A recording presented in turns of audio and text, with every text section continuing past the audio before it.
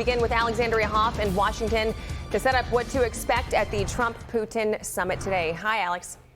Hey, good morning to you. Now, the president and the White House have been working to manage expectations for this meeting, especially the idea that an immediate ceasefire could come of it. President Trump says his main goal is to set the table for a second, more productive summit that would include Ukrainian President Volodymyr Zelensky. Now, the president predicted that there's a 25% chance that today's bilateral with Putin could go south. I think it's going to be very interesting. We're going to find out where everybody stands, and I'll know within the first 2 minutes, 3 minutes, 4 minutes, or 5 minutes, like we tend to find out whether or not we're going to have a good meeting or a bad meeting. And if it's a bad meeting, it'll end very quickly. And if it's a good meeting, we're going to end up getting peace in the pretty near future. The president has promised that Russia would face severe penalties if his Russian counterpart does not seem serious about wanting peace. As Putin knows, I'm the toughest one that he's ever had to deal with. He's never had to deal with anybody like me. And Right. Here's the other thing, Brian. They got nothing out of Trump. They got no land. I think he respects our country now. He didn't respect it under Biden. Nobody respected us under Biden. But he respects our country now. Right. And we have the hottest country anywhere in the world. Now, President Putin did speak yesterday about the prospect of long-term peace, but tied it to a possible agreement on nuclear arms control. That was new. It's the first time we heard that from Russia in the context of his meeting with President Trump. And President Trump feels in order to end the bloodshed in Ukraine, there must be some fair land swaps. But he reportedly told European leaders and Zelensky that he would not be discussing territorial divisions today. Ashley, Carly. All right, Alexandria Hoff, live for us in Washington. Alex, thank you. Let's bring in Fox News contributor and former CIA station chief Dan Hoffman. Dan, good morning to you. More from the president's interview yesterday. Good morning. Here is President Trump's mentality going into this meeting. Watch this. I don't know that we're going to get an immediate ceasefire, but I think it's going to come. See, I'm more interested in immediate peace deal, getting peace fast. And depending on what happens with my meeting, I'm going to be calling up President Zelensky, and let's get him over to wherever we're going to meet. Positive statements out of the United States as well as Russia. So what do you think the outcome here will be?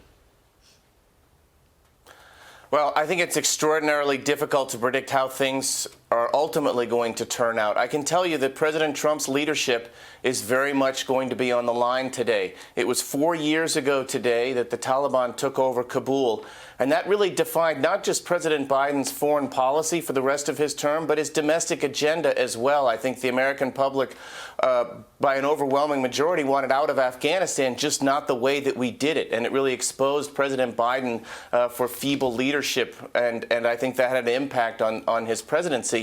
President Trump, of course, will want to avoid that. Success is defined not just by a deal, but by a good deal. And I think that's what the president is looking to today, whether President Putin is indeed interested in such a deal. I know that our intelligence community is mounting their usual full-court press to determine Putin's plans and intentions, how serious he might be. You could expect that Putin will try to define the war in terms that he thinks President Trump might appeal to, like land swaps, which harken to a real estate deal, when in fact this is a bloody war that Russia started, which has resulted in reportedly 1 million casualties just on Russia's side. Yeah, and on that, Russia is the aggressor here, but they don't hold all the cards. So how badly do you think Russia and Vladimir Putin need to end this war?